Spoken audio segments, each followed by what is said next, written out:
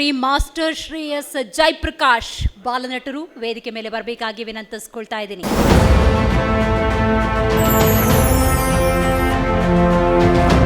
Master Shreyas Jayaprakash ಇವರು ಶ್ರೀ ಬಂಡೆ ಮಹಾಕಾಳಿ ದೇವಸ್ಥಾನದ ಧರ್ಮದರ್ಶಿಗಳ ಮೊಮ್ಮಗ.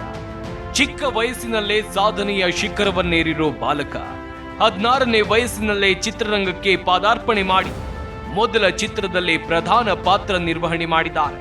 ಜೀನಿಯಸ್ ಮುತ್ತ ಚಿತ್ರದ ಮೂಲಕ ಸಿನಿಮಾ ಪ್ರವೇಶ, ಮೊದಲ ಚಿತ್ರದಲ್ಲಿ ಪ್ರಶಸ್ತಿಗಳನ್ನ ಮುಡಿಗೇರಿಸಿಕೊಂಡ ಸಾಧಕ.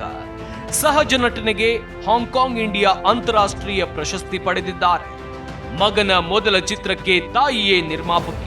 TS ನಾಗಾಭರಣ ಗರಡಿಯಲ್ಲಿ ಬೆಳೆದ ಇವರು ಚಾಲೆಂಜಿಂಗ್ ಸ್ಟಾರ್ ಅಪ್ಪಟ ಅಭಿಮಾನಿ. ಇವರಿಗೆ Zee Kannada news Yuvaratna award ನೀಡೋಕೆ ನಾವು ಹೆಮ್ಮೆ ಪಡುತ್ತೇವೆ.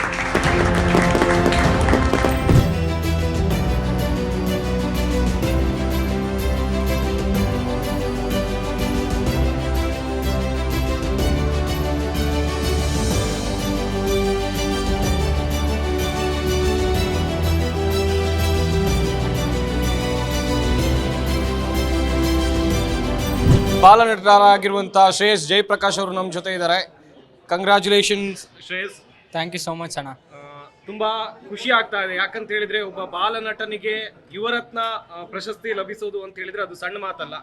ನಿಮ್ಗೆ ಎಷ್ಟು ಖುಷಿ ಆಗ್ತಾ ಇದೆ ಅಂತ ಹೇಳಿ? ಅದೇ ನಂಗೆ ತುಂಬ ಖುಷಿ ಆಗ್ತಿದೆ, ಯಾಕಂದರೆ ಮೂವಿ ಮಾಡಿದಾಗ ಈ ಕಾಲದಲ್ಲಿ ಗುರ್ತಿಸೋದೇ ಒಂದು ದೊಡ್ಡ ವಿಷಯ ಆಗಿರುತ್ತೆ.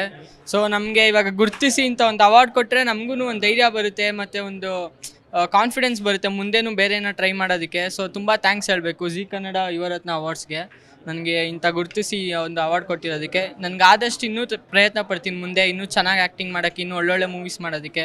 ಸೊ ನಾನು ಆಗಿದ್ದ ಪ್ರಯತ್ನ ಎಲ್ಲ ಆಗ್ತೀನಿ ಇದಕ್ಕೆ. ರೆಸ್ಪಾನ್ಸಿಬಿಲಿಟಿ ತುಂಬ ಜಾಸ್ತಿ ಆಗ್ತಾ ಇದೆ ಈ ಅವಾರ್ಡಿಂದ.